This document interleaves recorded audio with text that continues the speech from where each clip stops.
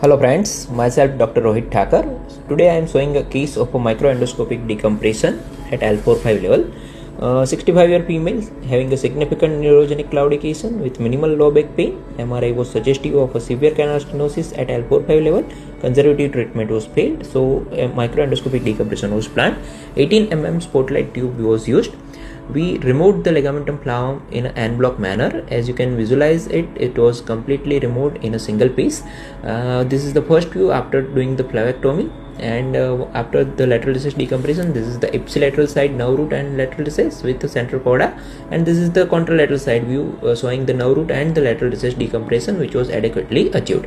This is the complete from ipsilateral to contralateral side, that the central canal as well as the nerve roots on both the sides were adequately decompressed, and patient was very happy in the post-operative period. Thank you.